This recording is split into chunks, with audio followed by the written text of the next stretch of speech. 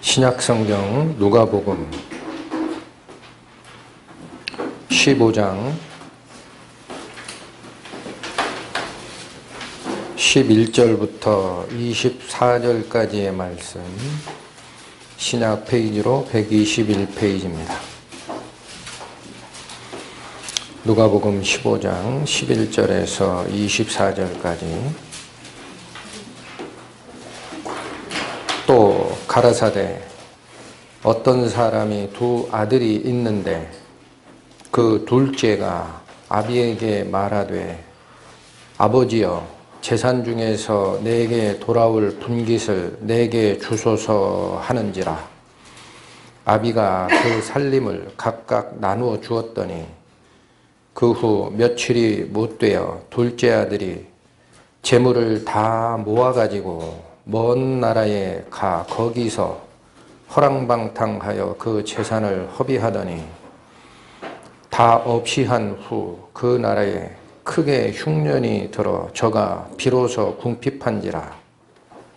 가서 그 나라 백성 중 하나에게 붙여 사니 그가 저를 들로 보내어 돼지를 치게 하였는데 저가 돼지 먹는 쥐업 열매로 배를 채우고자 하되 주는 자가 없는지라. 이에 스스로 돌이켜 가로되 내 아버지에게는 양식이 풍족한 품꾼이 얼마나 많은고 나는 여기서 주려 죽는구나. 내가 일어나 아버지께로 가서 이르기를 아버지여 내가 하늘과 아버지께 죄를 얻었사오니 지금부터는 아버지의 아들이라 일컬음을 감당치 못하겠나이다. 나를 품꾼의 하나로 보소서 하리라 하고 이에 일어나서 아버지께로 돌아가니라. 아직도 상거가 먼데 아버지가 저를 보고 측은히 여겨 달려가 목을 안고 입을 맞추니 아들이 가로되 아버지여 내가 하늘과 아버지께 죄를 얻었사오니 지금부터는 아버지의 아들이라 일컬음을 감당치 못하겠나이다 하나. 아버지는 종들에게 이르되 제일 좋은 옷을 내어다가 입히고 손에 가락지를 끼우고 발에 신을 신기라. 그리고 살진 송아지를 끌어다가 잡으라. 우리가 먹고 즐기자. 이 내 아들은 죽었다가 다시 살아났으며 내가 잃었다가 다시 얻었노라 하니 저희가 즐거워하더라. 기도하시겠습니다.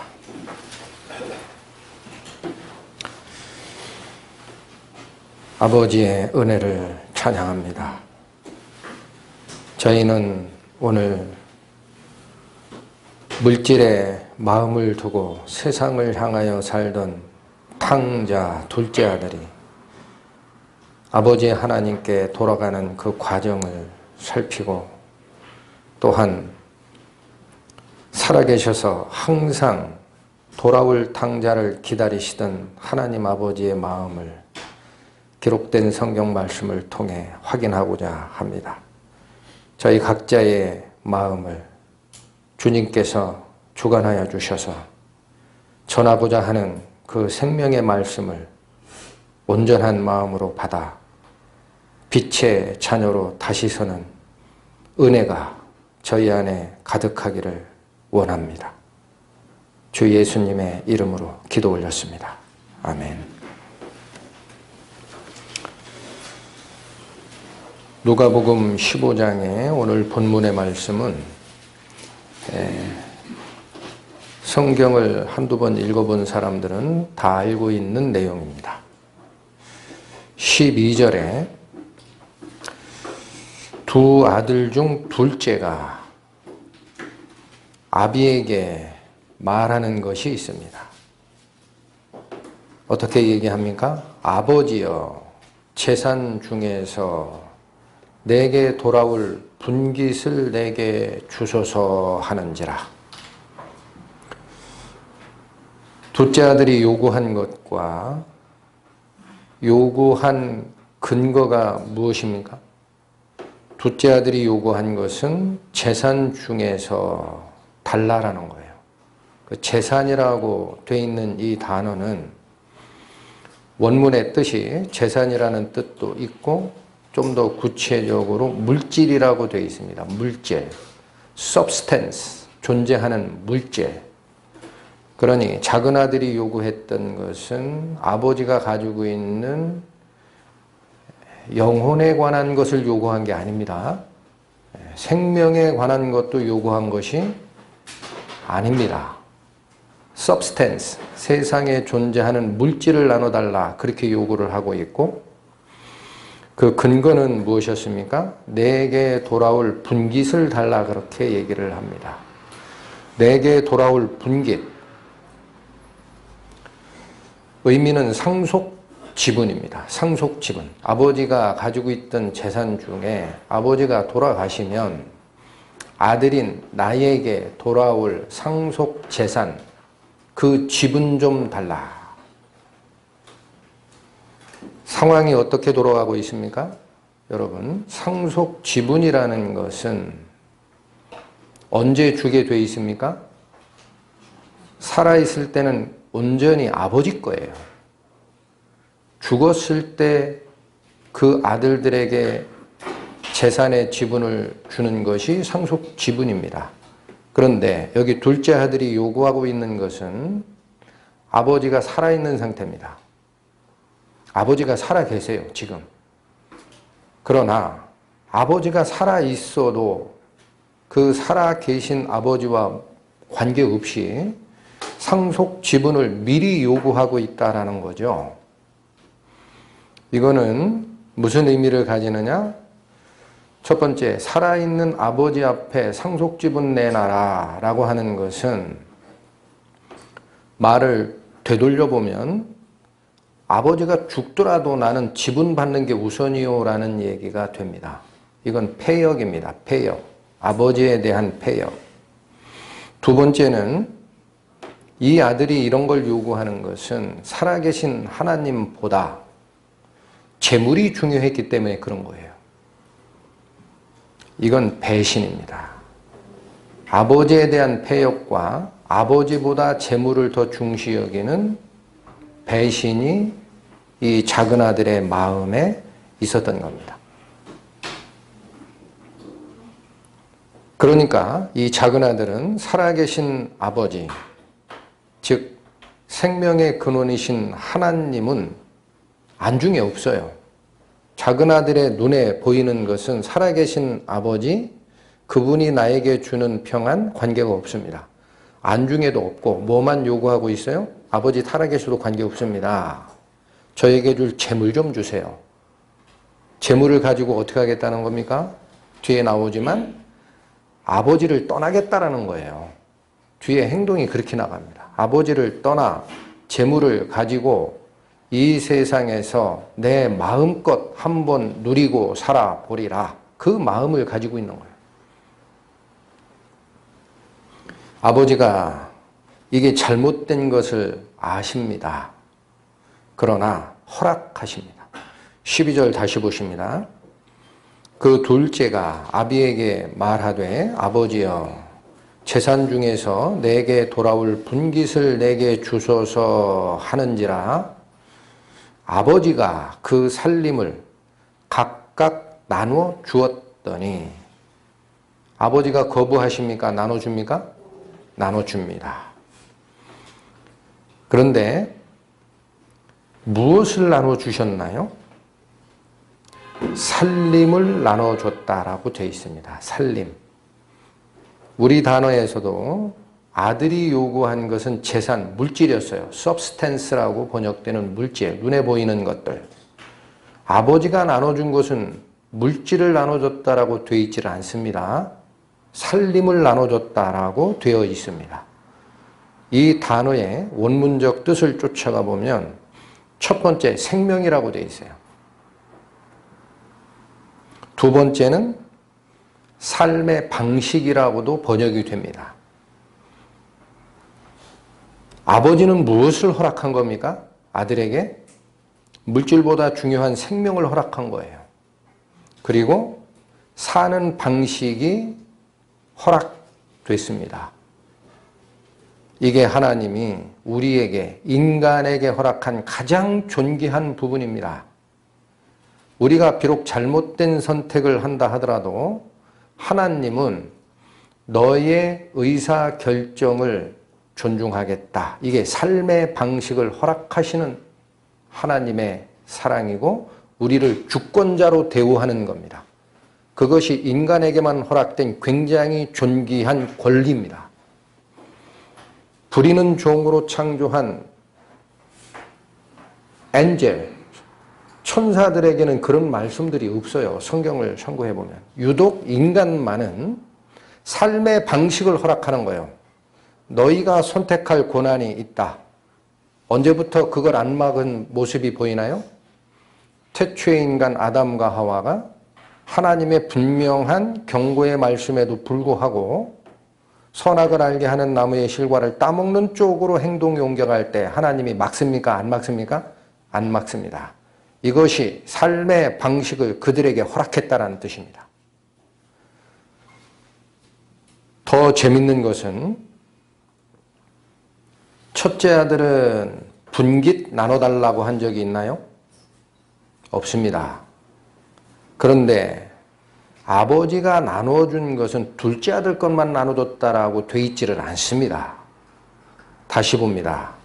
그 살림을 어떻게 나눠줬다? 각각 나눠 주었다.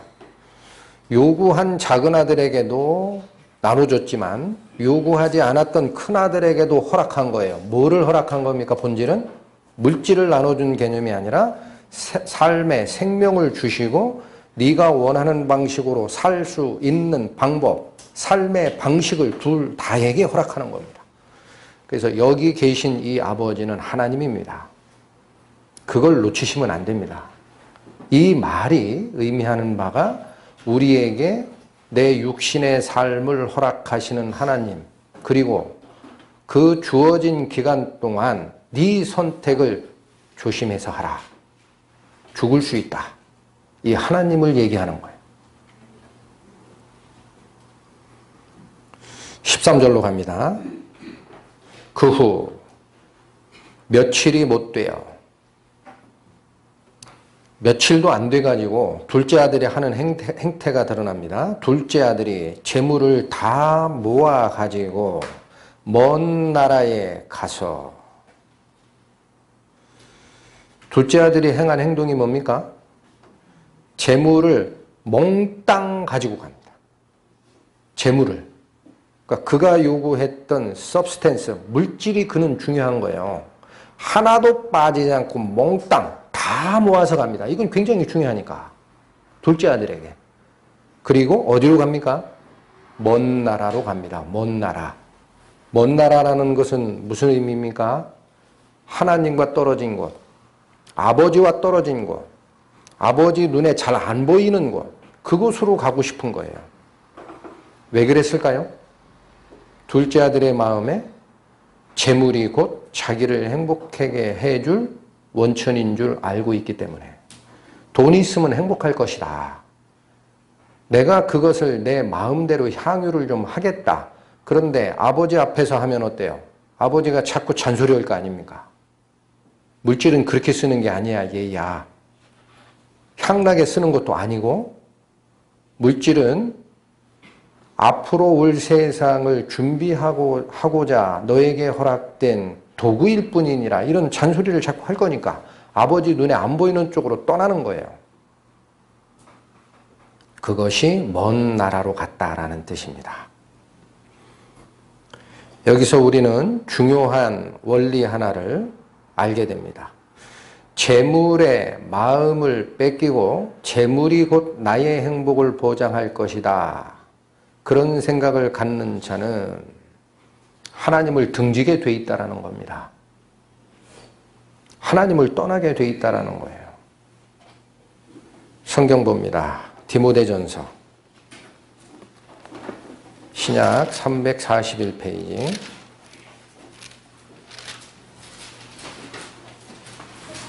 6장 9절 말씀.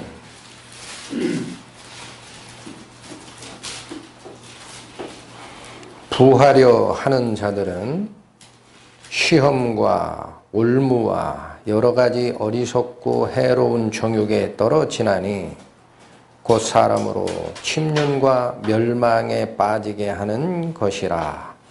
9절이 말씀하시는 것은 뭡니까? 부하려 하는 자, 물질에 마음을 두는 자가 빠지게 되는 구덩이가 있다는 거예요. 구덩이. 반드시 빠지게 되어 있습니다.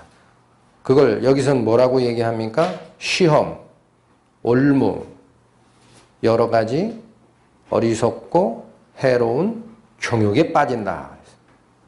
돈을 추구하다 보면 우리는 시험에 들게 됩니다. 이런 일을 해서라도 돈을 벌어야 되느냐? 내 시간을 다 투자해서 이런 쪽에 돈을 벌기 위해 나의 시간을 다 투자해야 되느냐? 이건 믿는 그리스도인에게도 굉장히 중요한 질문입니다.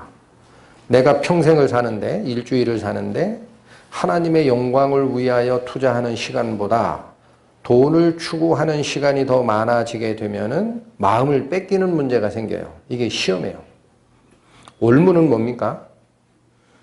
돈을 버는 일에 몰두를 하고 거기에 마음을 뺏기다 보면 비정상적인 방식으로 돈을 버는 유혹이 있고 거기에 발을 담그게 됩니다.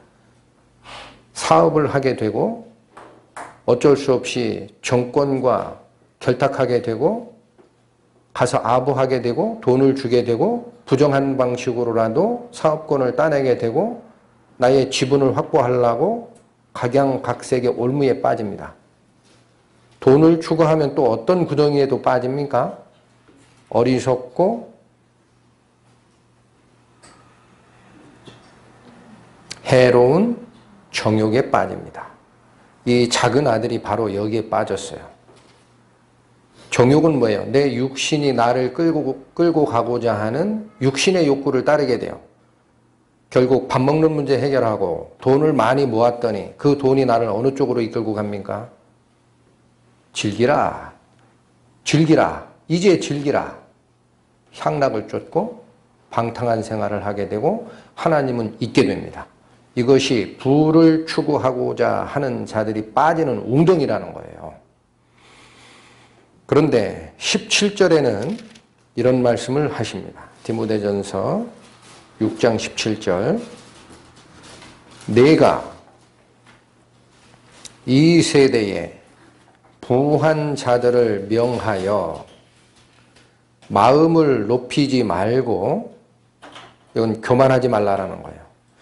정함이 없는 재물에 소망을 두지 말고 오직 우리에게 모든 것을 후히 주사 누리게 하시는 하나님께 두라.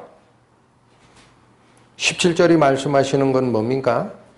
이 세대의 부한 자들 또는 부를 추구하는 자들에게 명하는 말씀이 정함이 없는 재물에 너희의 소망을 걸지 말라라는 거예요.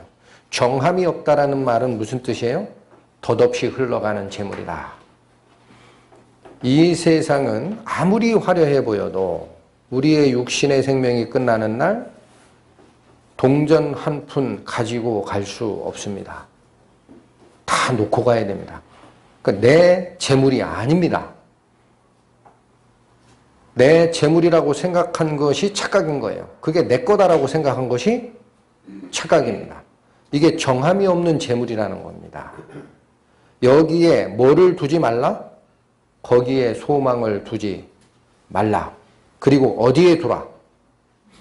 오직 우리에게 모든 것을 후히 주시는 하나님께 두라. 왜 그래요? 생명을 나눠주신 하나님, 그분이 곧 생명의 원천이시고 모든 걸 창조하신 주인이시기 때문에 그 안에 소망을 둘 때 다른 모든 것이 은혜로 하늘로부터 나에게 내려오게 돼 있다. 두 가지 방식을 분명히 설명하고 있습니다. 그런데 이 작은 아들은 어떻게 된 겁니까?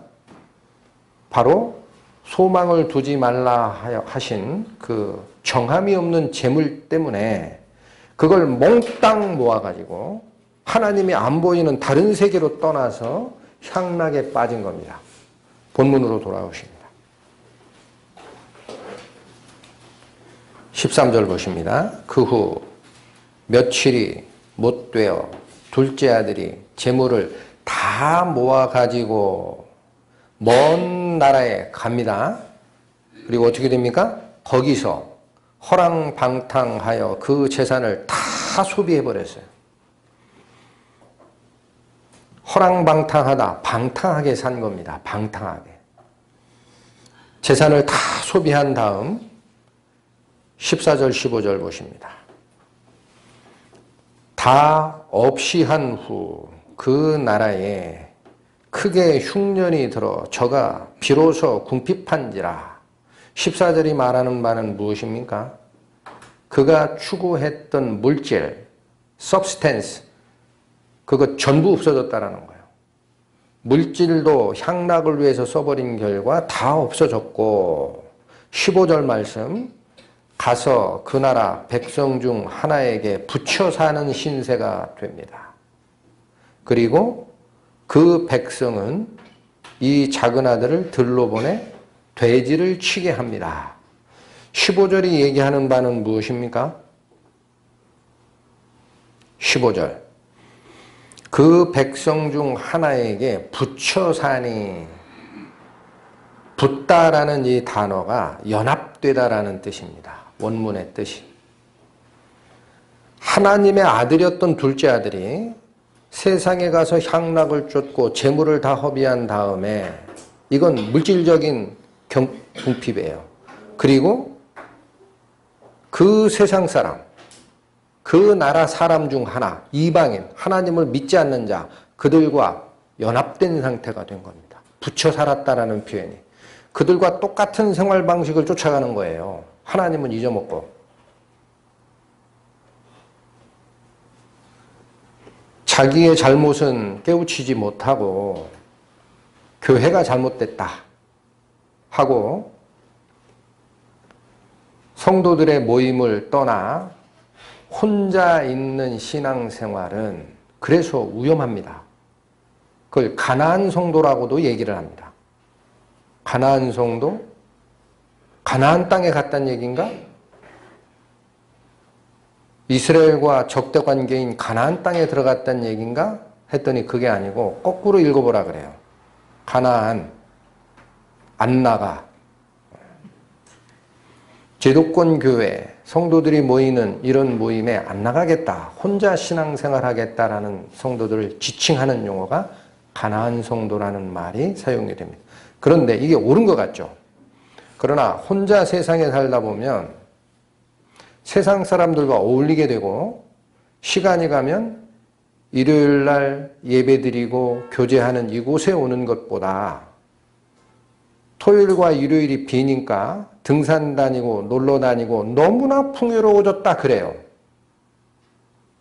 그렇게 떠난 분들 가끔 페이스북에서 어떻게 사나 보면은요, 일요일 날 사진 찍어 올리고 야구장 간 거 찍어 올리고 여행 간 거 찍어 올리고 너무 좋대요. 교회로 나오세요 그러면은요, 이제는 안 나옵니다. 내가 왜 거기 가냐, 이렇게 풍요로운데. 이게 어떤 생활이에요? 하나님을 떠난 신앙을 가진 자가 세상과 연합된 거예요. 이런 위험도 있습니다. 그리고 무엇을 치게 합니까? 그 이방 사람 중, 그 나라 사람 중 하나가 이 작은 아들을 어떤 일에 몰두하게 해요? 돼지를 치게 합니다. 돼지를 치게 했다라는 말은 무슨 뜻입니까? 성경적으로는 하나님을 믿지 아니하는 이방 사람들을 개와 돼지로 표현을 하고, 너희가 진주를 개나 돼지에게 던지지 말라.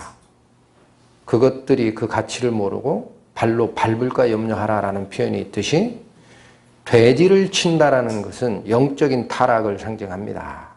신앙에서 떨어지는 거예요. 그 속에 더러운 거, 먹을 것 추구하다가 하나님의 거룩함에서는 완전히 관계없는 생활까지 가게 된 겁니다. 그러니까 이 작은 아들이 취한 입장은 14절 물질의 궁핍도 다 왔고, 15절 이방 사람과 진배 없이 같이 연합된 생활을 하다가 하나님의 거룩함에서는 떠나 영적인 더러움 속에 자신을 맡기고 사는 삶이 됐다라는 겁니다.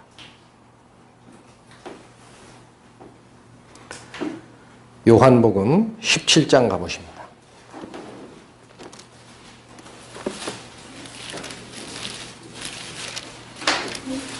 신약 178페이지 요한복음 17장 15절에서 17절의 말씀. 예수님께서 우리를 위해 기도하신 내용입니다. 15절. 내가 비옵는 것은 저희를 세상에서 데려가시기를 위함이 아니요 오직 악에 빠지지 않게 보존하시기를 위함이니이다. 내가 세상에 속하지 아니함 같이 저희도 세상에 속하지 아니하였삼나이다. 진리로 저희를 진리로 거룩하게 하옵소서. 아버지의 말씀은 진리니이다. 예수 그리스도께서 하나님께 영광 돌리는 이 기도를 하시면서 원하신 게 뭐냐면은 내가 세상에 속하지 아니한 것처럼 나를 따르는 이 성도의 무리도 세상에 속하지 아니하였다라고 얘기를 하세요. 그렇다면 우리는 어떤 생각을 합니까? 세상과 구별된 자면 왜 세상에 남겨놓습니까? 그런 얘기예요. 하늘로 올라가시면 되지. 우리를 데리고 가시면 되지. 그러나 그리스도께서 아버지 하나님께 부탁하는 기도는 우리 성도가 그리스도를 닮아 세상과 구별됐다 하더라도 세상에서 채여 하늘나라로 곧바로 옮기는 것을 원하시는 게 아닙니다. 이 세상에 남아 있어야 됩니다. 왜 그래요? 그래야 그 속에서 복음을 전할 거 아닙니까? 이것은 천사에게도 맡기지 않으시는 굉장히 거룩한 임무입니다. 구원받은 우리 성도들이 할 거예요. 우리와 똑같은 위치에 있다가 죄의 종이 되었다가 하나님의 은혜를 깨닫고 돌아온 자, 회개한 자, 은혜를 경험한 자의 입을 통하여 똑같은 위치에 있는 죄인에게 하나님의 복음이 전달되고 그들이 회심하여 하나님께 돌아오는 자유의지의 선택을 하는 것, 그게 하나님이 바라는 원래 완전한 공입니다. 하늘에 역사하는 천사나 다른 영적 존재의 힘을 빌어서 나의 의지와 관계없이 무조건 하나님께로 끌고 가는 것, 그건 하나님이 원하는 게 아니에요. 그것이 성도가 지상에 남아있는 이유입니다. 증거하라. 너와 똑같은 자를 위하여. 그러니 우리가 구별된 자이나 세상에서 데려감을 위해 그리스도가 아버지께 기도하는 게 아니라는 거예요. 이 세상에 남아있어야 됩니다. 문제가 뭐가 있습니까? 이 세상에 같이 몸담고 살다 보면 이방인과 연합될 수도 있고 이방인이 취하는 더러운 생활과 연합될 수도 있기 때문에 그리스도는 우리를 어디에서 건져주십사? 아버지께 기도하는 거예요. 15절. 내가 비옵는 것은 저희를 세상에서 데려가기를 위함이 아니요 오직 악에 빠지지 않게 보존하기를 위함이니이다. 우리 그리스도인들은 세상에 남아 이 세상을 살 때 바로 이것을 기도하는 그리스도를 봐야 됩니다. 우리는 세상에 남아 있으나 세상과 연합될 수 없어요. 더욱이 세상이 요구하는 악에 빠질 수 없어요. 그러나 오늘 본문의 이 둘째 아들은 바로 그 나라 사람 중 하나에 붙여 사는 상황이 됐어요. 이게 연합됐다라는 뜻이라는 거예요. 그리고 그들이 쫓아가는 더러움, 영적 더러움에까지 빠져버린 겁니다. 되지치는 일을 하게 돼 있어요. 고린도 후서로 갑니다.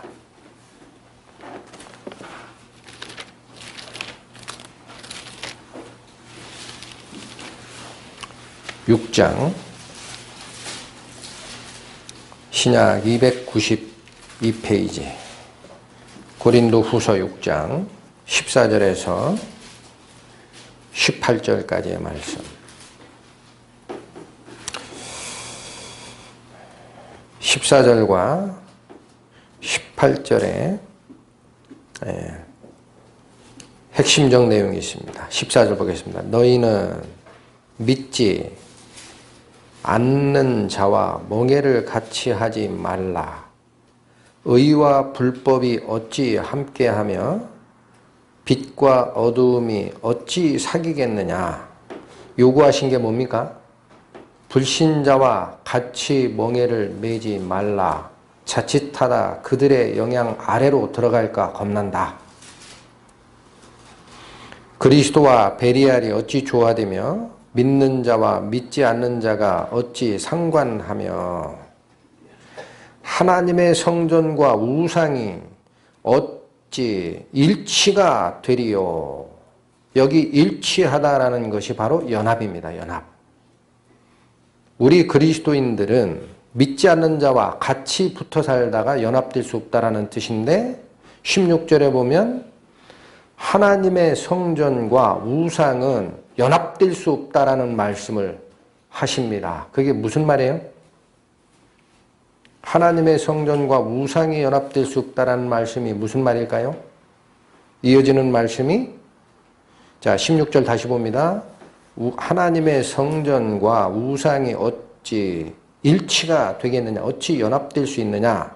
이어지는 말씀 우리는 살아계신 하나님의 성전이라. 하나님의 성전과 우상이 연합될 수 없다라는 것은 우리 바로 성도들이 우상과 연합될 수 없다라는 거예요. 물질적 성전을 생각하지 말라라는 겁니다. 그럼 우리 살아있는 성도들이 우상과 연합됐다라는 말씀은 무슨 얘기입니까? 우상이 뭡니까?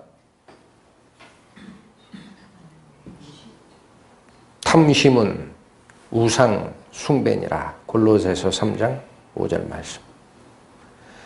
구원받은 성도들이 바로 하나님의 영이 거하시는 성전임에도 불구하고 하나님의 말씀과 하나님의 영의 인도함에서 떠나 탐심에 귀속되는 그 상태가 바로 우상인 겁니다. 하나님의 성전과 우상이 연합될 수 없다라는 거예요. 그러니까 구원받은 성도는 물질적인 것, 탐심, 내 마음을 뺏는 그것, 물질이 나를 유혹하는 그곳에 마음을 두는 순간 하나님의 영과는 떨어지게 되어 있습니다. 그게 성경의 가르침입니다. 너희가 재물과 하나님을 겸하여 섬길 수 없느니라. 이것이 성도들이 세상에 살 때 하나님이 명하신 분리된 삶이에요. 분리된 삶. 같이 연합되지 마라. 내가 거룩하니 너희도 거룩하라. 둘째 아들은 어떤 상태가 된 겁니까? 본문으로 돌아오십니다.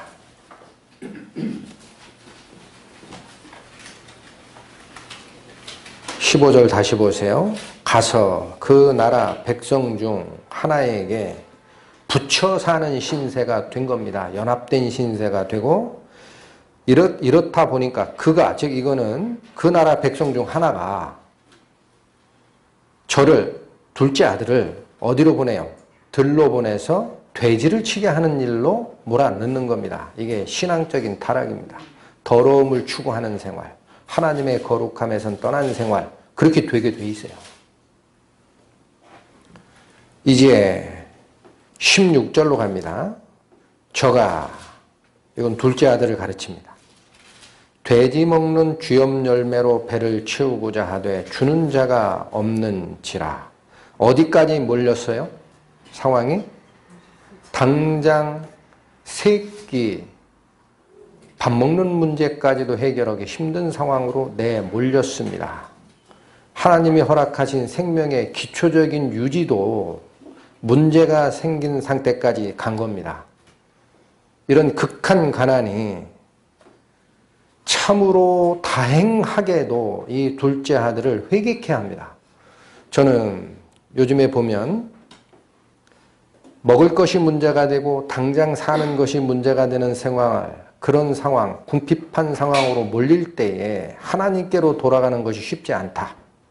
그런 경우라 하더라도 이걸 많이 느껴요. 대개는 어떻게 합니까? 하나님을 원망합니다. 또는 세상을 미워하고 또 나를 이렇게 만드는 사람들에게 화살을 돌리는 것이 태반이에요. 태반. 그러나 이 다행스럽게 이 둘째 아들은 자기 목숨, 하루 세 끼 먹는 이 문제마저도 해결하기 힘든 상태가 됐을 때 17절로 갑니다. 17절 이에 스스로 돌이켜 가로되 어떻게 했다고요? 스스로 돌이켰다. 이 말이 무슨 뜻일까 하고 원문을 또 찾아봤더니 우리가 알고 있는 회개라는 단어가 안 쓰이더라고요. 이 말은 그 뜻은 아닙니다. 그래서 뭘까 했더니 자기 자신에게 돌아가서라는 뜻이에요. 원래의 뜻이. 그게 무슨 얘기예요? 우리가 마취를 당하거나 술에 취하거나 어디에 홀리면 나 자신이 드러납니까? 다른 힘에 의해서 끌려다닙니까? 후자입니다. 근데 내가 본래 나에게로 돌아왔다는 건 제정신이 돌아왔다는 얘기예요. 그래서 이 말, 스스로 돌이켜라는 이 말이 다른 번역본에는 제정신을 차리고라고 번역이 되어 있습니다. 이것도 굉장히 우리에게 의미하는 바가 큽니다. 그렇다면 지금 둘째 아들이 자기 정신으로 이 일을 했다라는 얘기입니까? 뭐에 홀렸다라는 의미가 강합니까? 뭐에 홀린 거예요. 뭐에 홀렸을까? 하나님을 떠나는 자들에게는 반드시 하나님 이외에 다른 것에게 홀린 게 있다는 거예요. 그게 제정신이 돌아오면 하나님께서 우리에게 허락하신 맑은 정신, 하나님 앞에서 판단할 때 드러나는 깨끗한 정신으로 돌아왔을 때는 이제는 발견하게 되는 게 있어요. 그 전까지는 어디에 어떻게 된 거예요? 홀린 겁니다. 어디에 홀려 있을까요? 고린도후서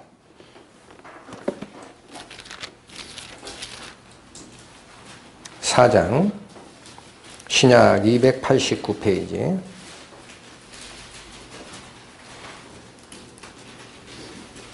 고린도후서 4장 3절 4절 만일 우리 복음이 가리웠으면 망하는 자들에게 가리운 것이라. 그 중에 이 세상 신이 믿지 아니하는 자들의 마음을 혼미케 하여. 여기 혼미케 하는 주체가 있습니까? 없습니까? 있습니다. 이 세상을 다스리는 영적 존재가 그렇게 한다라는 거예요. 이 세상 신이라는 말은 그겁니다. 이 세상을 다스리는 주관하는 영적 존재가 믿지 않는 자들의 마음을 혼미케 하는 게 있다. 그렇게 하여 그리스도의 영광의 복음의 광채가 비치지 못하게 하는 것이다. 그러면 이 세상 신이 못 믿게 하는, 우리 마음을 혼미케 하는 역할을 한다라는 말인데 어떤 방식으로 할까요? 방식은 영적인 것도 물론 사용을 합니다. 그러나 그 결론이 어디에 드러납니까? 18절에 있어요. 18절로 갑니다. 우리의 돌아보는 것은 보이는 것이 아니요 보이지 않는 것이니 보이는 것은 잠깐이요 보이지 않는 것은 영원함이니라. 여기 두 가지가 대비가 됩니다. 우리가 돌아본다라는 이 표현은 눈을 돌려 찾는 것이라는 거예요. 뒤를 돌아본다가 아니라 이렇게 눈을 돌려서 두리번 찾는다라는 뜻입니다. 그러니까 이 말은 뭐예요? 우리가 추구하는 것이에요. 우리가 바라고 추구하는 것은 보이는 물질이 아니라는 겁니다. 보이는 그 물질을 쫓아가는 게 아니다. 성도는 반대다. 무엇을 쫓는다? 다시 보세요. 18절. 우리의 돌아보는 것은 보이는 것이 아니요 무엇을 추구한다? 보이지 않는 것을 추구한다. 이 세상에서는 아직 안 보여요. 사람 눈에. 그런데 왜 그렇게 추구하느냐? 바보 같은 짓 아니냐? 성경은 뭐라고 얘기해요? 보이는 것은 잠깐이요. 보이지 않는 것은 영원하기 때문에 그러하다. 영원하다, everlasting, 혹은 영존하는 eternal이라는 단어는 하나님께 쓰이는 단어입니다. 우리가 보이는 것에 집중하지 않고 보이지 않는 쪽에 집중했다라는 것은 영원하신 하나님, 보이지 아니하는 속성을 가진 하나님, 그분의 영존과 우리의 생애 방향이 같은 쪽을 향하고 있다는 거예요. 이게 하나님을 찾는 방법입니다, 여러분. 그런데 이 세상 신은 어떻게 한다고요? 믿지 않는 자들의 마음을 유혹하고 혼미케 하여 하나님의 복음의 광채가 비치지 않게 가리우고 있다는 거예요. 그러면 그게 뭘까요? 뭘 가지고 가릴까요? 보이는 쪽만 바라보게 하는 거예요. substance, 둘째 아들이 추구했던 물질 달라. 눈에 보이는 것 달라. 보이지 않는 영원한 하나님, 생명의 아버지는 관계없고,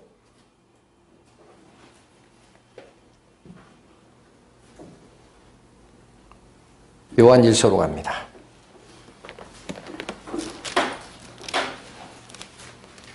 이 장 신약 389페이지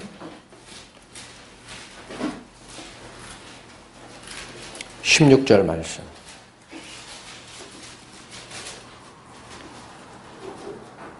이는 15절부터 읽을까요? 요한일서 2장 15, 16절. 이 세상이나 세상에 있는 것들을 사랑치 말라. 누구든지 세상을 사랑하면 아버지의 사랑이 그 속에 있지 아니하니. 이건 양자택일하라라는 얘기입니다. 양자택일. 두 개 다 가지려고 하지 마라. 그럴 수 없다. 16절. 왜 이렇게 요구하느냐 이거예요. 하나님이. 이는 이유입니다. 세상에 있는 모든 것이 육신의 정욕과 안목의 정욕과 이생의 자랑이니. 육신의 정욕 뭐예요? 물질이 우리에게 갖다주는 육신적인 만족 아닙니까? 안목의 정욕, 눈으로 보고 유혹에 빠지는 그런 화려한 것들. 이생의 자랑, 내가 잘났다고 떠드는 것, 명예욕, 권력욕. 이걸 다 추구하는 거예요, 세상은. 그런데 중요한 말씀, 이런 것들은 아버지가 주신 게 아니라는 거예요, 여러분. 나옵니다. 이생의 자랑이니 다, 일부만 전부다. 전부 다 아버지께로 쫓아온 게 아니요. 무엇을 쫓아왔다? 세상을 쫓아온 것이기 때문에 너희는 세상이나 그 안에 있는 물질 사랑하면 하나님의 사랑에서 떨어진다. 이걸 기억하라 라는 거예요. 아버지가 주신 게 물질 아닙니까? 근데 왜 이렇게 얘기하셨어요? 세상 창조하시고 나무와 동물과 식물과 생명을 다 주신 게 하나님인데 왜 이렇게 얘기하셨어요? 하나님이 주신 물질은 마음을 뺏어가는 물질, 마음까지 거기에 주라라는 말씀을 하신 적이 없습니다. 여기에게는 모든 유혹과 탐심은 누가 준 거예요? 뱀이 준 겁니다. 뱀. 하와에게 하나님이 이 나무의 열매를 먹지 말라고 하더냐? 아니야. 너희가 먹어도 절대 안 주고 하나님이 거짓말한 거야. 그 말에 하와가 눈을 돌려 무엇을 바라봤을 때 선악을 알게 하는 나무의 실과를 바라봤을 때 두르는 유혹이 뭐예요? 모함직도 하고 먹음직도 하고 지혜롭게 할 만큼 탐스럽기도 해서 손이 가서 따먹는 거예요. 이게 유혹이에요. 유혹. 하나님은 물질을 섬기라고 준 게 아닙니다.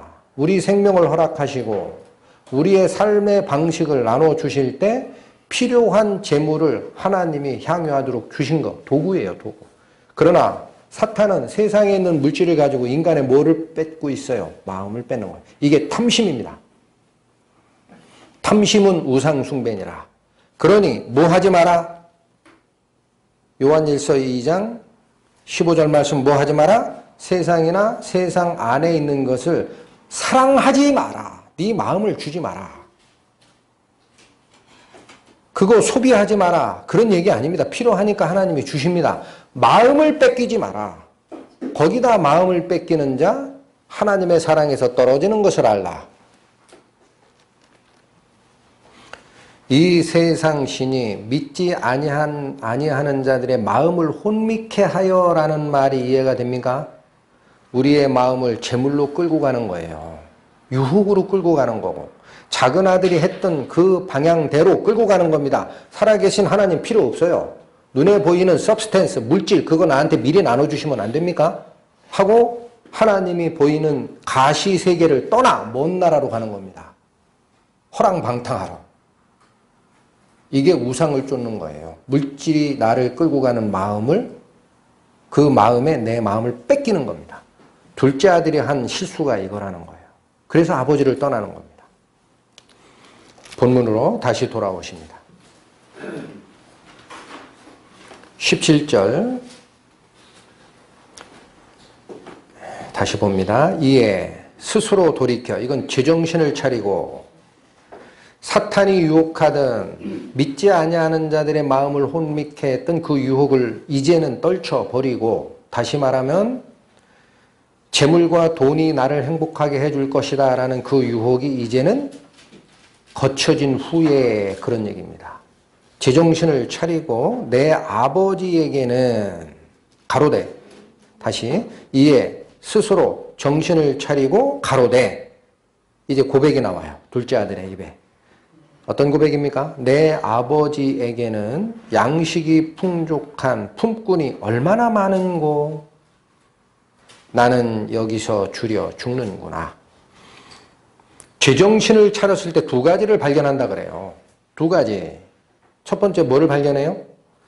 하나님께는 부족함이 없다라는 걸 이제 압니다. 이 작은 아들이.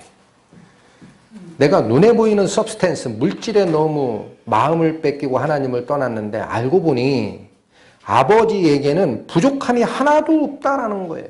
거기 품꾼마저도 생명의 유지에 전혀 문제없이 은혜 속에 있다는 걸 이제 발견합니다. 이게 아버지에게는 양식이 풍족하다라는 사실을 보는 거예요. 정신 차리면 그걸 알아요. 여러분, 이 정신 차리기 쉽지 않습니다.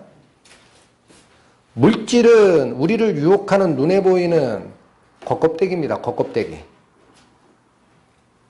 그러나 그 물질을 허락하시고 우리에게 생명을 허락하시는 아버지 하나님은 모든 것을 가지신 분입니다. 거기로부터 마음을 뺏었던 거예요. 그런데 마음이 이제는 세상의 물질과 재물이 유혹하는 유혹으로부터, 그 미혹으로부터 떨쳐 일어난 뒤에는 하나님을 바라보니 하나님이 모든 풍요의 근원인 사실을 발견합니다. 이 둘째 아들이. 또 하나 발견한 게 뭡니까? 나는 여기서 줄여 죽는구나. 두 번째 발견한 것은 자기가 가는 길이 사망의 길임을 확인하는 거예요. 제정신 차리면 이렇게 된다는 거예요. 내가 껍데기를 쫓았다. 풍요의 근원이신 아버지께 돌아가야 되는구나. 나는 죽을 길을 가고 있었구나. 이 사실. 이게 둘째 아들이 발견한 제정신을 차린 후의 현상이다. 18절 갑니다. 내가 일어나 아버지께로 가서 이르기를 아버지여 내가 하늘과 아버지께 죄를 얻었사오니 19절 지금부터는 아버지의 아들이라 일컬음을 감당치 못하겠나이다. 나를 품꾼의 하나로 보소서 하리라. 마음을 정했어요. 제정신 차리고 부요의 근원이 살아계신 하나님임을 발견하고 나는 죽는 길로 가고 있구나를 확인한 이 자는 마음을 정합니다. 그런데 어떻게 하겠다라고 마음 정했어요? 18절 전반부 다시 봅니다. 내가 일어나 아버지께로 가겠다. 이 자는 며칠을 굶었을지도 몰라요. 돼지감 없는 쥐엄 열매로 허기를 채우려고 하나 주는 자가 있었다 없었다? 없었다. 아사 직전에 있는지도 모릅니다. 그러나 있는 힘을 다하여 이 자가 할 수 있는 것은 그 위치에서 떨쳐 일어나는 겁니다. 주저앉지 않습니다. 뭘 위해 일어납니까? 아버지께로 가기 위해. 이게 회개한 죄인이 할 수 있는 모든 걸 동원하여 아버지께로 가는 거예요. 그것밖에 없어요. 그걸 결정한 겁니다. 그런데 아버지께로 돌아가겠노라, 모든 힘을 거기다 쏟겠노라 라는 결정 후에 작은 아들의 입에서 나오는 말이 무엇입니까? 아버지께 죄를 얻었다라는 말로 끝내는 게 아니에요. 다 잘 읽어봐야 됩니다. 내가 누구와 누구께? 하늘과 아버지께 죄를 얻었다. 이게 왜 하늘과 아버지께 죄를 얻은 거예요? 이분이 살아계신 하나님이다라는 거예요. 이 이야기 속에 아버지가 삶의 방식을 나눠주신 분, 생을 나눠주신 분, 그게 생명의 근원이신 하나님인 거예요.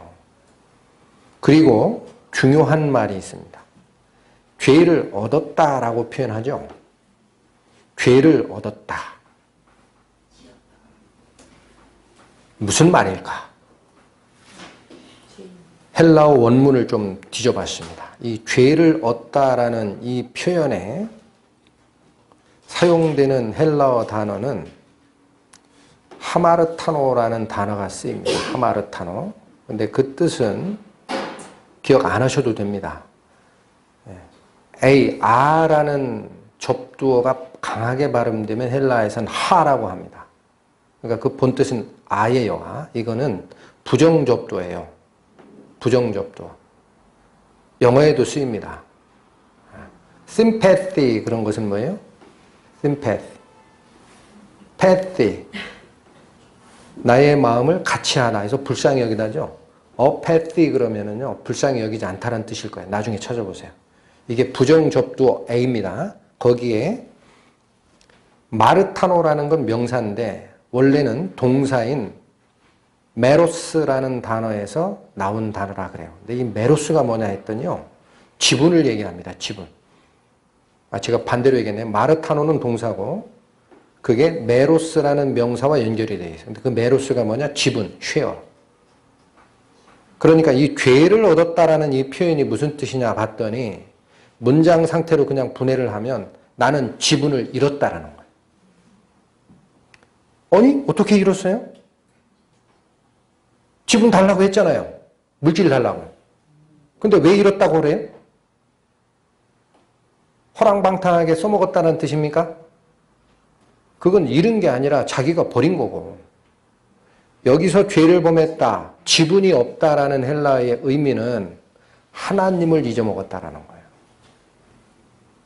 여러분, 히브리어에 죄를 짓다, 범죄하다라는 뜻이 하타트라는 단어가 쓰인다라는 말씀 전에 몇 번 드렸죠. 하타트가 무슨 뜻이라 그랬어요? 화살이 관역을 빗나간 것. 그게 죄입니다. 다시 말하면 너희는 생명의 근원인 나를 찾으라 라는 게 하나님의 마크예요. 마크. 관역. 나를 찾으라. 내게 생명의 근원이니라. 나에서 떠나지 말라. 이게 하나님이 지정한 목표 마크. 그 마크에서 이탈하는 자, 하나님을 잊는 자, 하나님을 이탈하는 자가 곧 죄인이고 죄입니다. 여기 헬라어의 뜻도 죄를 얻었다라는 것이 같은 걸 지칭하는 거예요. 이 자는 이제 압니다. 작은 아들은 내가 뭐를 잊어버렸다? 아버지를 잊어버렸다. 보이는 물질을 추구하다 모든 물질과 생명의 근원이신 바로 아버지 하나님, 그걸 내가 잃어버렸구나라는 거예요. 그게 내가 하늘과 아버지께 죄를 얻었다라는 표현이다. 정확하게 보는 겁니다. 작은 아들은. 근원인 모든 생명과 물질과 풍요의 근원인 하나님을 잊는 것이 곧 사망이에요. 이 말의 뜻이 그겁니다. 성경에서도 같은 얘기를 합니다. 잠언 8장 갑니다. 구약 918페이지. 잠언 8장 34절에서 36절. 구약 918페이지 34절 누구든지 내게 들으며 날마다 내 문 곁에서 기다리며 문설주 옆에서 기다리는 자는 복이 있나니. 이 사람 왜 문 옆에서 이렇게 하염없이 기다립니까? 뭐 하려고? 하나님께 들으려고. 여기 내게 들으며라고 되어 있어요. 아직 내가 누군지가 안 나옵니다. 나라는 존재에게 듣기 위해 문 곁에 하염없이 기다리는 모습인데 35절 대저 나를 얻는 자는 무엇을 얻고? 생명을 얻고 여호와께 은총을 얻을 것이다. 반대 36절 그러나 나를 잃는 자는 자기의 영혼을 해하는 자라. 물은 나를 미워하는 자는 사망을 사랑하느니라. 여기 나를 얻으면 생명을 얻는다. 35절이죠. 반대로 36절에는 나를 잃는 자는 자기 영혼을 해하는 자다. 자기 영혼을 죽이는 자란 얘기예요. 사망으로 가는 자다. 여기 나가 누굽니까? 잠언 8장이 얘기하는 이 나는 지혜이고 창조자였던 또한 말씀으로 계셨던 그리스도입니다. 8장 1절 보세요. 지혜가 부르지 아니하느냐 이렇게 시작한 말이죠. 12절은 나 지혜는 이렇게 얘기합니다. 그러니까 여기서 나라는 주인이 주어가 잠언 8장은 뭐다? 지혜라는 거예요. 근데 이 지혜를 뭐라고 얘기합니까?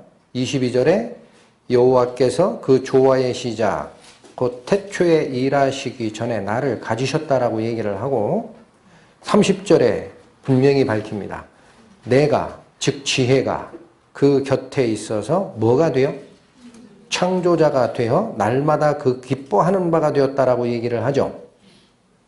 이게 요한복음 1장 1절이 얘기하는 태초에 말씀이 계시니라. 이 말씀이 하나님과 함께 계셨으니 이 말씀은 곧 하나님이시니라. 그리고 뭐라고 그래요? 모든 만물이 바로 그 말씀 없이는 창조된 게 없다라고 얘기를 하시고 말씀이 육신이 돼서 우리 가운데 거하신 분이 독생자 그리스도다. 그게 요한복음 1장 1절이 증언하는 거죠. 그게 잠언 8장을 그대로 가져온 거예요. 그러니까 여기서 말하는 지혜, 창조자가 됐던 그분, 하나님의 기뻐하심이 됐던 그분이 누구다? 태초부터 계셨던 로고스, 말씀, 생명의 말씀으로서의 그리스도예요. 그러니 35, 36절은 무슨 말씀? 그리스도를 얻는 자는 생명을 얻게 되고 그리스도를 잃어버리는 자는 자기 영혼을 죽이는 자랑 같다라는 거예요. 이해하시겠어요? 그러니까 작은 아들이 내가 하늘과 아버지께 범죄하였다, 죄를 얻었다라는 말이 지분을 잃었다라는 표현이라 그랬죠. 뭐를 잃어버린 상태를 확인한 겁니까? 생명의 근원이신 그리스도에서 이탈된 것을 확인한 겁니다. 요한 1서로 갑니다. 5장 신약 393페이지 요한 1서 5장 12절 말씀. 아들이 있는 자에게는 무엇이 있고? 생명이 있고. 여기 아들 그러니까 내 아들인지 네 아들인지 김씨 아들인지 황씨 아들인지 모르겠죠. 다시 부연합니다. 하나님의 아들이 없는 자에게는 생명이 없느니라. 똑같은 말씀이 구약에도 있고 신약에도 있고. 왜 그래요? 진리니까. 잠언 8장이 얘기하는 대저 나를 얻는 자는 생명을 얻고 그러나 나를 잃는 자는 자기 영혼을 해하는 자라는 이 표현의 나는 지혜였어요. 지혜. 창조자가 됐던 지혜, 하나님의 기뻐하심이 됐던 지혜. 그러나 요한복음 1장 1절이 얘기하는 것은 그것이 말씀이라 그래요. 로고스적 말씀, 태초부터 있었던 말씀, 창조자가 됐던 말씀, 하나님이신 말씀, 육신을 쓰고 오신 그리스도. 요한 1서에서는 하나님의 아들이 있는 자에게는 생명이 있고 하나님의 아들이 없는 자에게는 생명이 없느니라. 둘째 아들은 뭐를 잃어버렸다는 겁니까? 보이는 물질, 서브스텐스를 추구하다가 살아있는 근원, 나에게 생명을 나눠주시고 나에게 삶의 방식을 나눠줬던 그게 살림을 각각 나눠주니라 라는 표현이라 그랬죠. 그 생명을 주실 수 있는 근원이신 아버지, 그분에서 내가 잃은 자가 됐다라는 거예요. 지분이 없다 이제 확인한 겁니다. 여기서 우리는 한번 다시 짚고 넘어가야 됩니다. 물질을 쫓는 마음과 생명의 근원이 되시는 하나님을 쫓는 것은 두 개가 같이 갈 수 없다라는 성경이 얘기하는 게. 작은 아들이 그걸 실수한 겁니다. 눈에 보이는 물질에 마음을 두고 아버지 눈에 안 보이는 먼 나라로 가서 돈이 주는 행복, 그것을 내 마음대로 한평생 살겠다. 그러다 뭐를 잃어버린 거예요? 영생의 지분이 되시는 생명의 그리스도 하나님 잊어버린 거예요. 세상 살다 보면 평생을 돈 하는 사람들 많아요. 이 말씀이 있어도 실제로 그렇게 삽니다. 남이 잘 되는 것 있으면 그래서 부러워해요. 이런 사람들. 또 자신이 돈이 없으면 불평을 합니다. 누가 돈 좀 안 주나. 이런 생각에 매여 살아요. 하나님께 있는 평안은 돈을 쫓는 이 사람에게는 관계 없습니다. 평안이 없어요. 평생을 봐도. 뭐만 관심 있어요? 돈이 없어서 불평하고 돈을 안 준다고 원망하고 평생이 원망과 불평으로 점철되어 있습니다. 어떤 분이 이런 글을 올리신 걸 봤어요. 어떤 청년인데 하루는 길을 가다가 뭐가 이렇게 툭 떨어지더래요. 뭐지? 하고 봤더니 5,000원짜리 지폐야. 이게 무슨 횡재? 집어넣었죠. 그리고는 이제 이 청년은 길을 갈 때나 어디를 갈 때나 항상 바닥을 보고 다닙니다. 혹시 뭐 있나. 그렇게 몇 년을 다녔대요. 근데 어느 날 바닥 보고 한참을 가는데 아마 지금쯤 됐던 것 같아요. 가을에. 뭐가 하나가 또 푹 떨어져요. 뭐지? 하고 딱 봤더니 예쁘게 단풍이 든 은행잎. 자기 발 밑에 탁 떨어지더래요. 그래서 너무 이쁘다 하고 가만히 이렇게 들어서 보다가 눈이 하늘을 향했대요. 너무 아름다운 거예요. 너무나. 빛도 아름답고 하늘도 아름답고 자연도 아름답고 이제 이 청년이 다시 생각했대요. 내가 지난 몇 년 동안 땅 보고 돌아다니면서 살았던 그 인생에서 얻은 게 뭐냐. 지폐 몇 장, 동전 한 몇 박스, 또 갖다가 재활용할 수 있는 핀셋 뭐 이런 거, 쪼가리 또 몇 박스. 그런데 하나님이 주시는 평안, 하나님이 나에게 허락한 아름다움, 이거 다 잊고 살았구나. 돌이켰다. 그런 얘기를 읽어본 적이 있어요. 세상의 물질이 나에게 행복을 주겠거니 하고 그걸 쫓는 자는 그렇게 쫓으면서 하나님의 평안이 나와 같이 하기를 기대하지 마십시오. 여러분. 성경이 그걸 말한 적이 없어요. 내 마음이 물질에게 향하면 그 우상을 섬기는 거예요. 눈에 우상이 뭡니까? 성경이 얘기하는. 너희가 보이지 아니하는 하나님의 영광을 보이는 짐승과 버러지와 사람의 형상으로 만들었느니라. 그게 우상입니다. 보이지 아니하는 하나님의 능력을 우리 제한적 눈에 보이는 가치 있다라고 생각하는 것으로 만들어 놓고 섬기는 것. 그게 우상이에요. 이게 물질을 쫓는 거예요. 작은 아들이 했던 거예요. 서브스텐스를 쫓았어요. 물질. 하나님은 우리에게 생명, 영원한 생명을 찾을 수 있는 삶을 나눠준 겁니다. 각각 그에게 살림을 나눠주니 이건 생명, 사는 방식을 허락한 거예요. 이제는 돌아가는 겁니다. 내가 잘못 갔구나. 전도서 잠깐 보고 갈까요? 구약 943페이지. 전도서 2장 23절, 24절 말씀.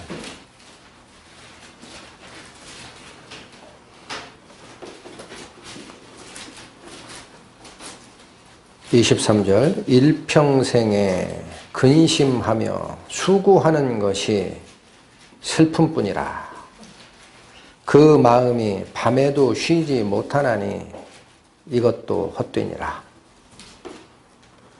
반대가 나옵니다. 24절. 사람이 먹고 마시며 수고하는 가운데 물질로 낙을 누리는 것? 그렇게 안 돼 있어요. 잘 보십시오. 사람이 먹고 마시고 수고하는 것은 이 세상을 살기 위한 방법이 그 방법을 써야 되니까. 그러나 이어지는 말씀은 심령으로 낙을 누리게 하는 것, 마음이 평안한 것이에요. 심령으로 낙을 누리게 하는 것보다 나은 것이 없습니다. 그런데 그 심령으로 마음을, 그러니까 낙을 누리는 것이 뭡니까? 어떻게 옵니까? 물질이 주나요? 이어집니다. 내가 이것도 본즉 하나님의 손에서 나는 것이로다. 23절은 일평생 근심하고 수고하고 재물을 얻어 그 물질을 향유하는 행복 속에서 내가 뭔가를 찾겠다 하는 자지만 평생을 근심하고 밤에도 쉬지 못합니다. 그러나 그런 것이 수단이 목적이 되지를 않고 수단으로 살고 마음으로 하나님을 쫓아가면서 마음의 평안을 얻는 자, 그 자가 24절이에요. 여기 둘이 나눠져 있어요. 성경은 항상 그렇게 되어 있습니다. 본문으로 돌아오십니다.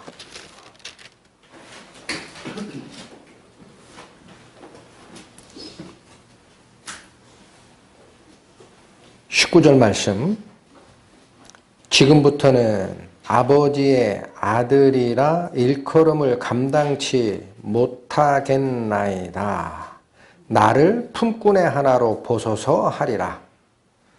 자, 일어나 있는 힘을 다하여 이제는 일어나 아버지께로 돌아가서 하고자 하는 말이 뭡니까?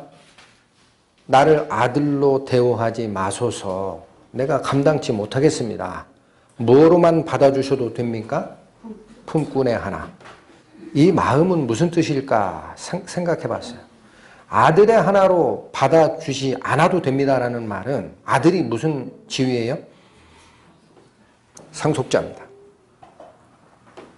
상속자로 안 받아주셔도 됩니다라는 거예요.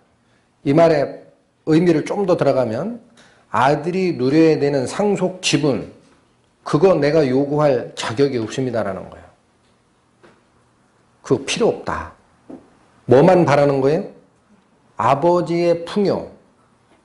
아버지의 풍요를 누리고 있는 신분은 어째도 관계없습니다. 아버지의 생명 속에 살고 있는 품꾼 중 하나만 돼도 좋겠다.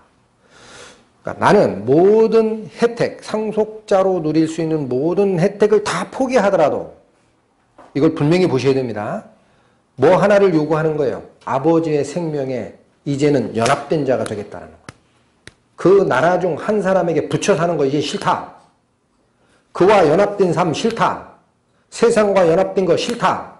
아버지와 연합되고 싶다라는 거예요. 생명으로 돌아가고 싶다. 이게 완전한 회개입니다. 아들이 할 수 있는 완전한 회개. 뭐를 다 버리겠다? 내가 마음을 줬던 세상과 물질에 대한 그것, 이거 다 버리겠다.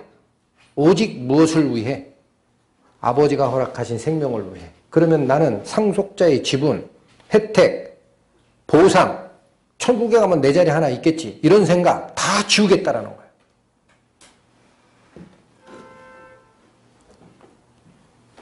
누가복음 14장으로 갑니다. 120페이지. 오늘 본문의 바로 앞장이죠. 저는 오늘의 이 탕자의 비유를 참고를 하다가 그 15장의 바로 앞에 이 말씀이 있는 걸 보고 또한 한 번 다시 생각했어요. 14장 26, 27절 보십니다. 무릇 내게 오는 자가 자기 부모와 처자와 형제와 자매와, 아직 끝난 게 아니에요. 및 뭐까지? 자기 목숨까지 미워하지 아니하면 능히 나의 제자가 되지 못하고. 어디까지 미워하라고 돼 있어요? 자기 목숨. 여기 미워하다라는 말은 히브리적 용례로는 그러니까 자, A가 있고 B가 있어요. 그러면 A를 더 사랑하는 것을 B를 미워한다라는 표현을 써요. 마음을 악하게 먹는 게 아니고. 그러니까 이건 무슨 뜻이에요? 내 부모와 처자와 형제와 자매와 자기 목숨보다도 뭔가를 더 사랑해야 된다라는 거예요. 더 사랑해야 된다. 이해하시겠어요? 이 목숨을 미워하라는 얘기는 이걸 덜 가치 있게 여겨라 그런 뜻이에요. 덜 가치 있게 여겨라. 그렇지 아니하면 내 제자가 되지 못한다. 33절로 갑니다. 이와 같이 한참을 설명했어요. 그리고 이와 같이 너희 중에 누구든지 자기의 모든 소유를 버리지 아니하면 능히 내 제자가 되지 못하리라. 뭐 버려라? 모든 소유. 그게 육신적 생명일지라도. 위에 목숨까지 미워하라는 말씀이 무슨 뜻인가 했더니 33절에 모든 소유 속에 들어가는 거예요. 이게 더 정확하게 나타나는 것이 9장입니다. 누가복음 9장.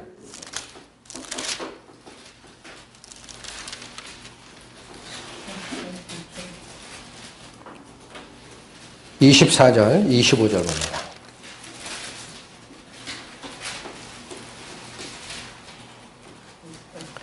누가복음 9장 24절 누구든지 제 목숨을 구원코자 하면 잃을 것이요 누구든지 나를 위해 제 목숨을 잃으면 구하리라. 여기 굉장히 신기한 말 나오죠.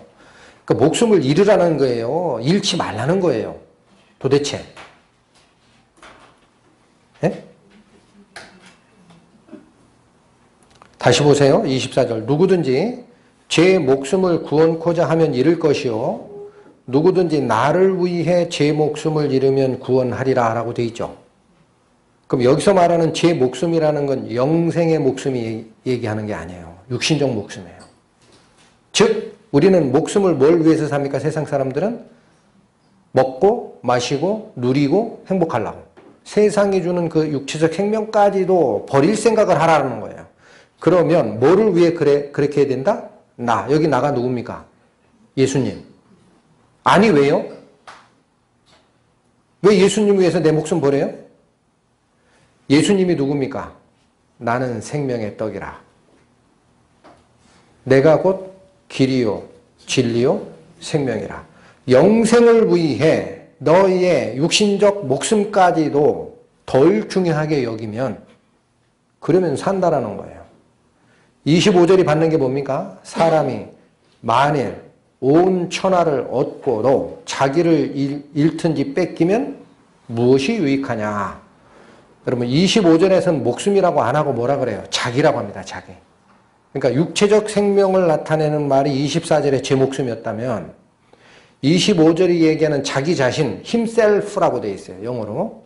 자기 자신, 그 본질. 뭘까요? 이 세상에 살고 있는 육체적 생명이 아니라 하나님이 우리에게 나눠주고 싶으셨던 당신의 생명, eternal life. 하나님이 영존하시는 분이니까. everlasting life. 영원히 존재하는 생명. 그것을 얻기 위해서는 그게 himself예요. 내가 가야 될 본 고향. 하나님이 지정하신 마크에서 벗어난 게 하나님을 잃은 거예요. 그 하나님을 얻고자 하느냐? 그러면 이 육체적 생명마저도 너희가 버릴 준비가 돼 있으면 나를 찾는다. 25절에 이게 천하를 얻고도 자기를 잃는 자라는 거예요. 내가 이 평생 70, 80평생 잘 먹고 잘 살려고 세상에도 노력하고 물질을 추구하는 그런 삶, 그것도 버려라. 이 말씀이 누가복음 14장에 탕자의 비유 바로 앞에 장에 나와 있던 말씀입니다. 그러니 이 둘째 아들이 이제는 무엇을 알고 돌아오는 겁니까? 자기가 서브스텐스를 요구했던 것, 물질, 그거 나눠달라. 그게 잘못됐다라는 거예요. 이제 알고 온 힘을 다하여 일어나 어디로 갑니까? 아버지께로 가리라. 그러니 이제는 나에게 하늘나라의 상급, 면류관 그런 거 신경 쓰지 않는다. 다른 거 다 포기할 테니까 나를 아버지가 살고 계신 그 생명으로 연합시켜 주셨으면 좋겠습니다. 품꾼여도 관계없어요. 라는 회개가 들어간 거예요. 본문으로 가십니다. 20절. 이에 일어나 아버지께로 돌아가니라. 여러분, 진정한 회개는 마음으로만 결심하고 끝내는 게 아닙니다. 행동이 따르는 겁니다. 예수님께서 당신의 제자를 삼으실 때 너희는 이것을 믿으라라고 한 적이 없어요. 잘 보세요. 제자 삼으실 때. 너희는 이 말이 맞는지 아멘 하라 그렇게 요구하신 적도 없습니다. 제자 삼으실 때 뭐라 그래요? 너희는 나를 따르라. 제자들이 실제로 따랐습니다. 3년 반 동안 자기 생계 다 팽개치고 예수님을 쫓아갔어요. 이게 행함이 있는 믿음입니다. 이 둘째 아들은 실제로 이 마음을 먹고 주저앉은 게 아니라 일어나 아버지께로 돌아갑니다. 여러분, 이제는 내가 추구했던 것이 혹시라도 하나님보다 물질이 더 마음이 있었다. 다 버리시는 결정을 하셔야 되고 실제로 앞으로 그런 삶을 살겠다. 마음을 들여다보시는 하나님께 진짜로 돌아가야 돼요. 나는 이제 세상을 쫓지 않겠다. 오직 생명의 근원이신 아버지만 쫓겠다라고 실제로 결정을 하고 행하면 이어집니다. 20절 다시 보세요. 이에 일어나 아버지께로 돌아가니라. 어떤 상태로 돌아갔어요? 온 마음을 다하고 마음을 찢고. 자, 이거 한번 보겠습니다. 요엘 구약 1272페이지. 네. 아버지께로 갈 때의 마음입니다.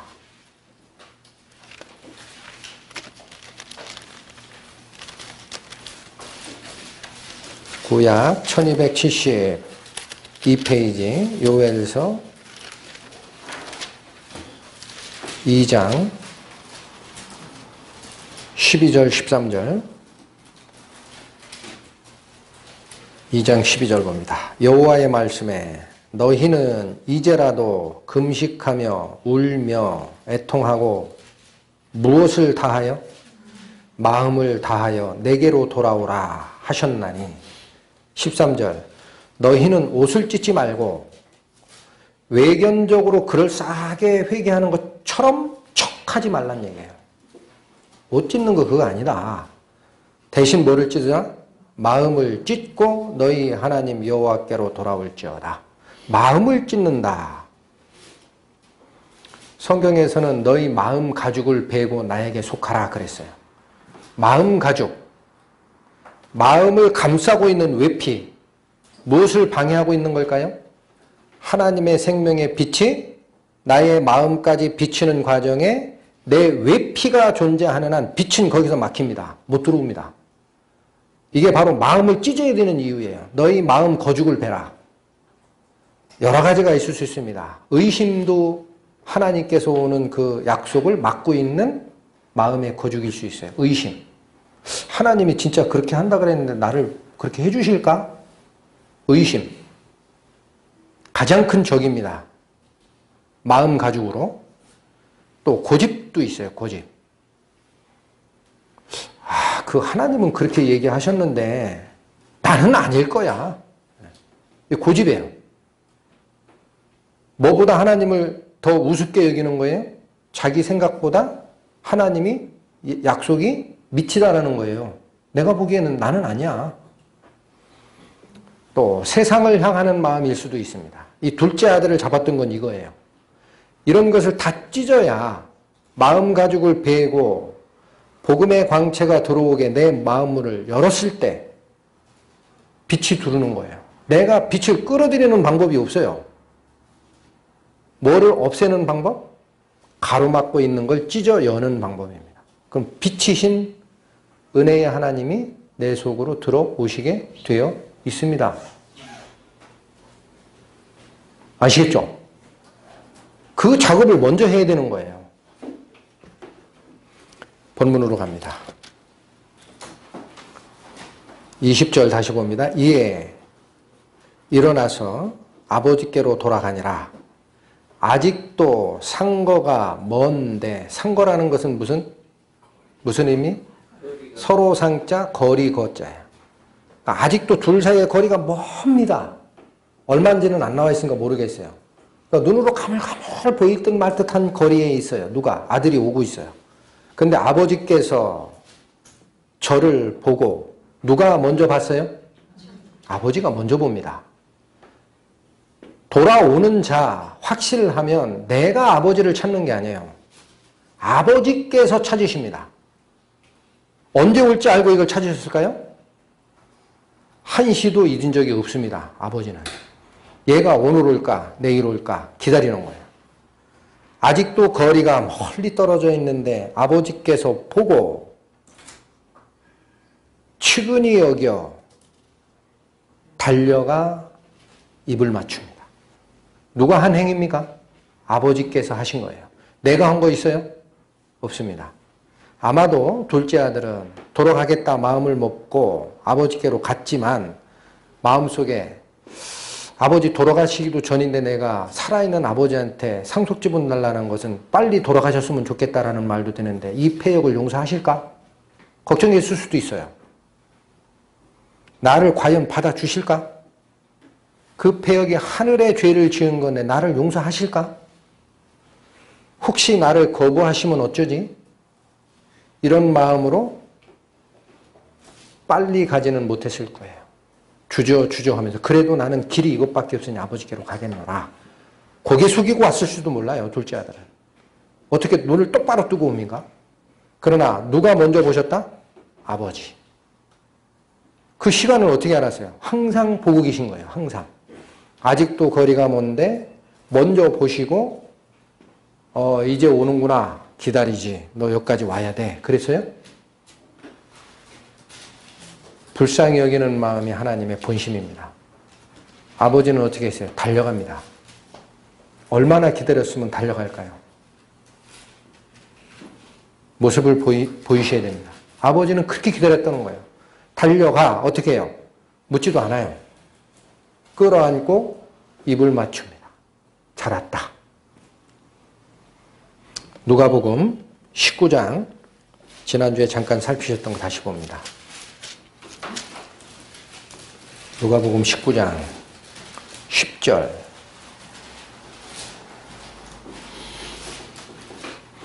인자에 온 것은 잃어버린 자를 찾아 구원하려 함이니라. 인자는 예수님이죠? 왜 오셨다고요? 잃어버린 자.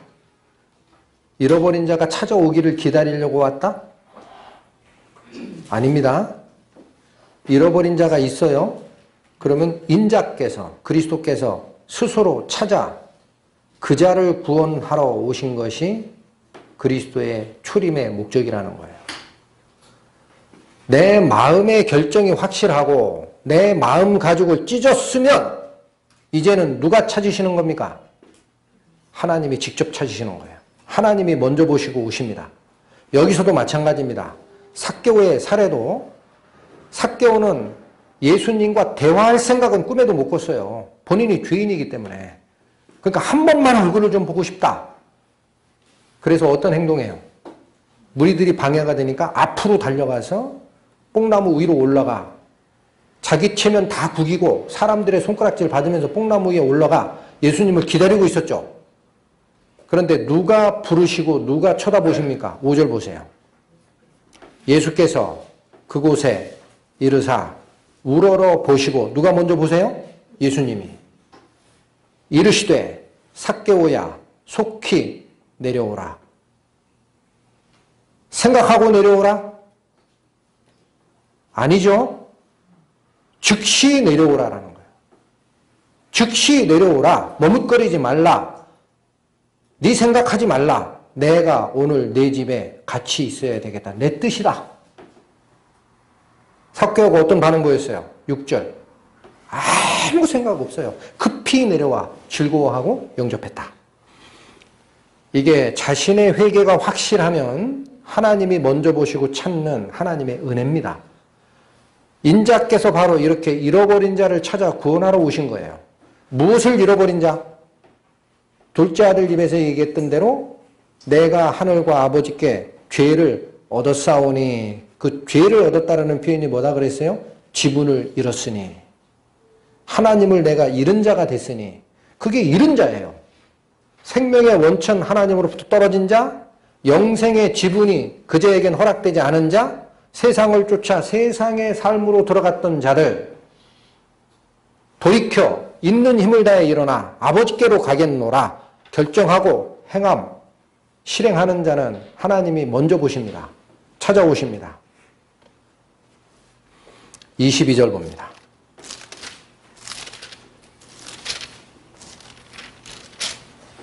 아버지가 둘째 아들을 안고 입을 맞추고 했던 그 결론이 22절이에요. 아버지는 종들에게 이르되, 자 21절 먼저 읽겠습니다. 아들은 아직도 겸손한 마음이다. 아들이 가로되 아버지여 내가 하늘과 아버지께 죄를 얻었사오니 지금부터는 아버지의 아들이라 일컬음을 감당치 못하겠나이다 하나. 22절 아버지는 종들에게 이르되 첫 번째 제일 좋은 옷을 내어 입히라. 두 번째 손에 가락지를 끼우라. 세 번째 발에 신을 신기라. 그리고 살진 송아지를 잡아다 잔치하자. 좋은 옷을 내어다 입히는 것은 무슨 의미입니까? 스가랴서 봅니다. 구약 1315페이지.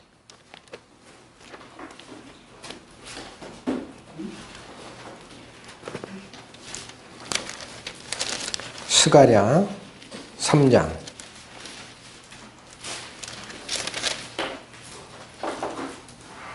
3절과 4절 말씀.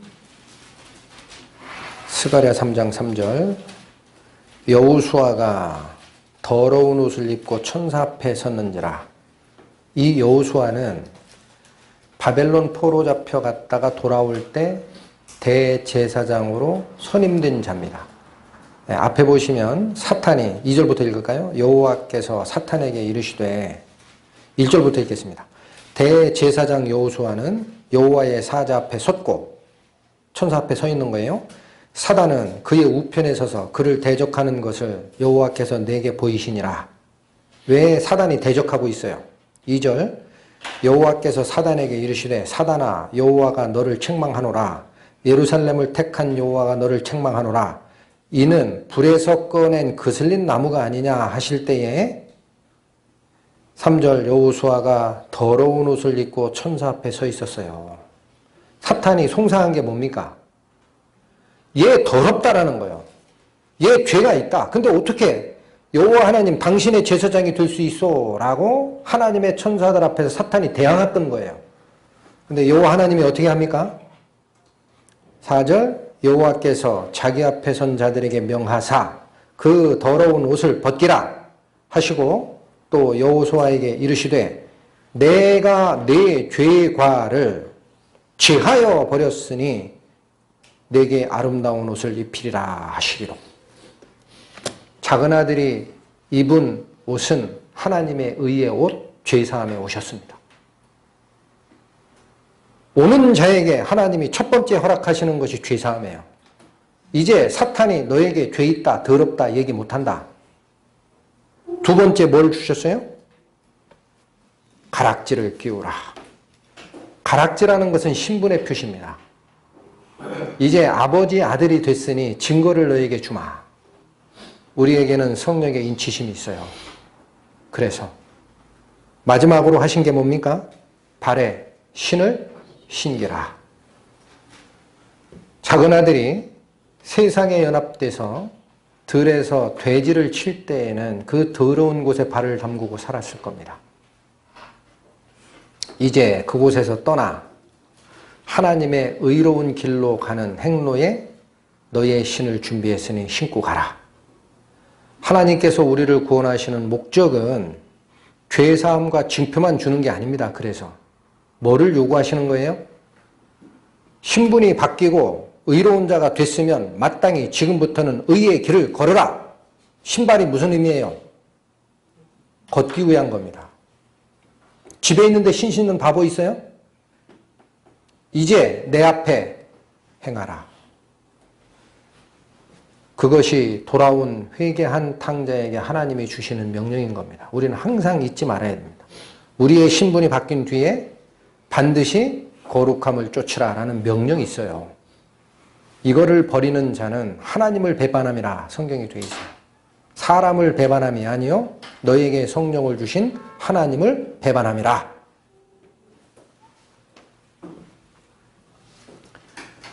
오늘 저희는 둘째 아들이 어쩌다가 이렇게 허랑방탕한 생활을 하게 됐는지와 그가 버리고 생명의 근원이신 하늘 아버지께로 돌아오는 과정에 어떠한 회개를 했는지를 살폈습니다.